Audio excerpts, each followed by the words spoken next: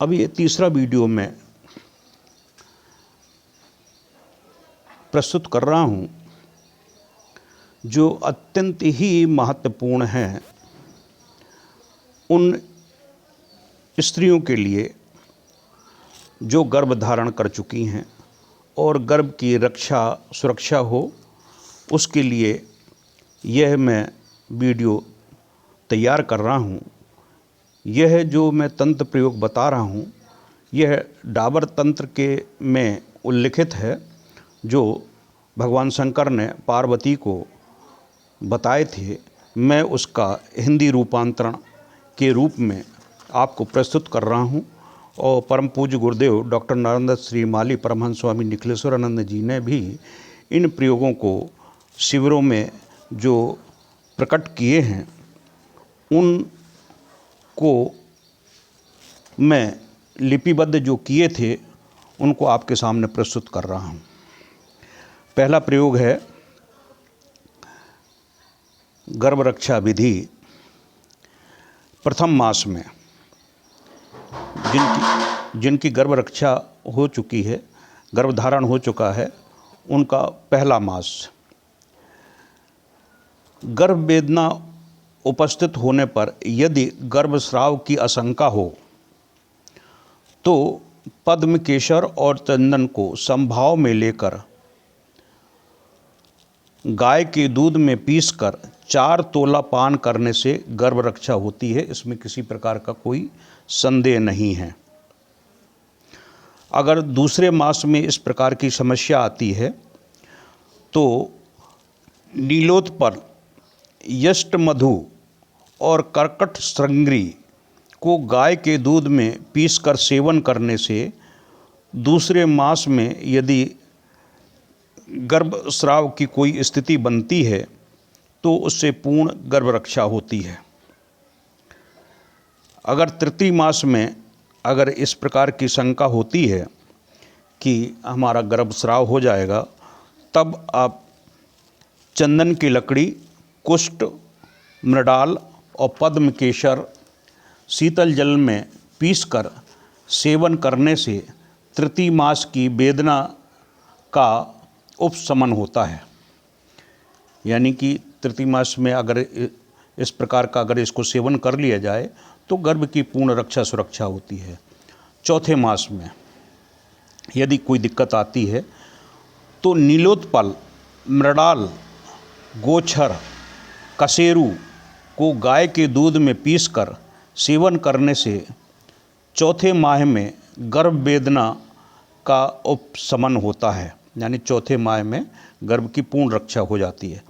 पाँचवें माह में गर्भ रक्षा के लिए पुनर्रवा, काकोली, तगर, नीलोत्पल को गाय के दूध में पीसकर सेवन करने से पाँचवें मास की गर्भ वेदना शांत हो जाती है। छठे मास में मधु, शर्करा और कपित्थ का गूदा शीतल जल में पीसकर गाय के दूध के साथ सेवन करने से छठवें मास में गर्भ वेदना शांत हो जाती है। जिनका 7वें महीने में गर्भ हो और यह शंका हो कि उनका गर्भ में परेशानी हो रही है, तो उनके लिए है कशेरू, पुष्कर मूल, पानी फल और नीलोत्पल को एक साथ पीसकर गाय के दूध के साथ सेवन करने से 7वें महीने में पूर्ण रूप से गर्भ रक्षा होती है। जिन स्त्रियों का गर्भ 8वें महीने में है और यह शंका है कि 8वें महीने में गर्भ में कोई दिक्कत आती है, तब वह इस प्रयोग को अवश्य करें। यष्टमूल, कमल की नाल, मुक्ता, कशेरू, गज पिपली और नीलोत्पल को पीसकर गाय के दूध के साथ अगर सेवन करें तो 8वें मास की गर्भ वेदना पूर्णतः शांत हो जाती है। अगर 8 महीने तक इस प्रकार से आपने सेवन कर लिया तो 9वें महीने, कभी कभी 9वें मास, वैसे तो 7वें महीने के बाद में गर्भ पूर्ण रूप से स्वतंत्र हो जाता है, जन्म लेने के लिए, तो 7वें, 8वें, 9वें, अगर 8वें महीने तक कंप्लीट हो गया तो 9वें महीने में यदि इस प्रकार की कोई शंका पैदा होती है, तब 9वें महीने का प्रयोग है कि विशाला बीज और कक्कोल को एकत्र पीसकर मधु के साथ सेवन करने से 9वें महीने में रक्तस्राव और गर्भ वेदना का उपशमन हो जाता है। यानी 9वें महीने में यदि इस प्रयोग को करेंगे तो आपका जो गर्भ है पूर्ण रक्षित सुरक्षित होकर स्वतंत्र रूप से अच्छे से जन्म ले सकता है। कई स्त्रियों को गर्भ 9वें महीने से 10वें महीने और 11वें महीने में भी होता है। आपने सत्यनारायण कथा में सुना होगा कि 10वें महीने में कलावती को कन्या का जन्म हुआ था। तो यदि 9वां महीना पार हो जाता है और गर्भ रहता है और बच्चा पैदा नहीं होता है, तो 10वें महीने में उसकी रक्षा सुरक्षा के लिए प्रयोग है कि शक्रा, द्राक्षासव, मधु और नीलोत्पल को एकत्र पीसकर गाय के दूध के साथ सेवन करने से 10वें मास की गर्भ वेदना का उपशमन होता है। अथवा सौंठ को गाय के दूध में पकाकर सेवन करने से वेदना का उपशमन होता है, यानी दर्द कम हो जाता है। या फिर यदिमष्टु, देवदारू और सुष्टि की दूध में पकाकर उस दूध का सेवन करने से 10वें मास में भी गर्भ वेदना दूर हो जाती है।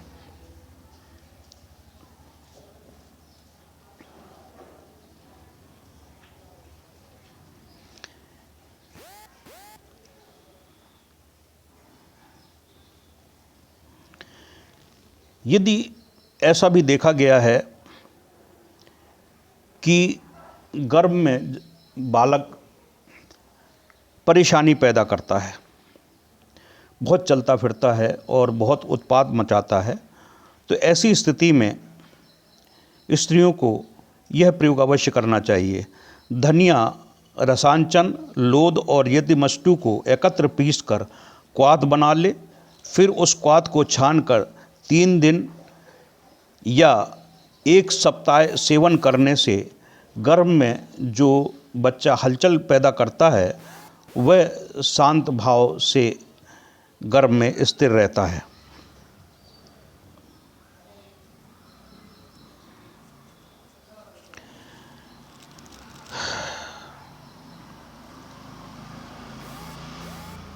एक मैं और प्रयोग बता रहा हूँ, वह प्रयोग यह है कि कभी कभी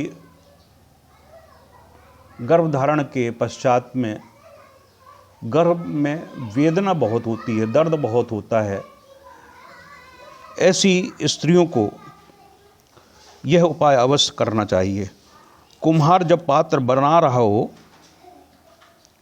तो उसके हाथ की मिट्टी और बकरी के दूध को, यानी कि कुम्हार जब मिट्टी बना रहा हो तो उसकी थोड़ी सी मिट्टी ले ले और उसको बकरी के दूध में शहद के साथ में मिश्रण करके और उसका सेवन करे तो गर्भ वेदना शांत हो जाती है।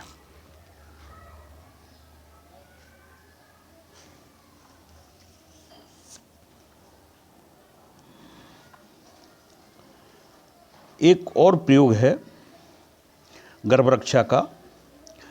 पद्मकंद और काली तिल के साथ पीसकर इसमें मधु मिलाकर दूध के साथ सेवन करने से चलित गर्भ की स्थिर हो जाता है। यानी जो हलचल मचाता है कि गर्भ गिरने का जो संकेत मिलता है वह गर्भ स्थिर हो जाता है।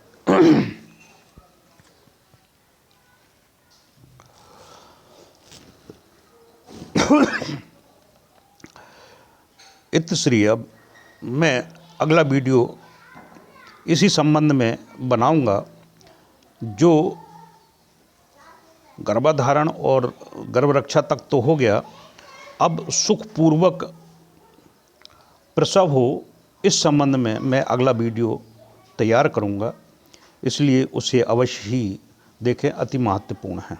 इतश्री। जय गुरुदेव।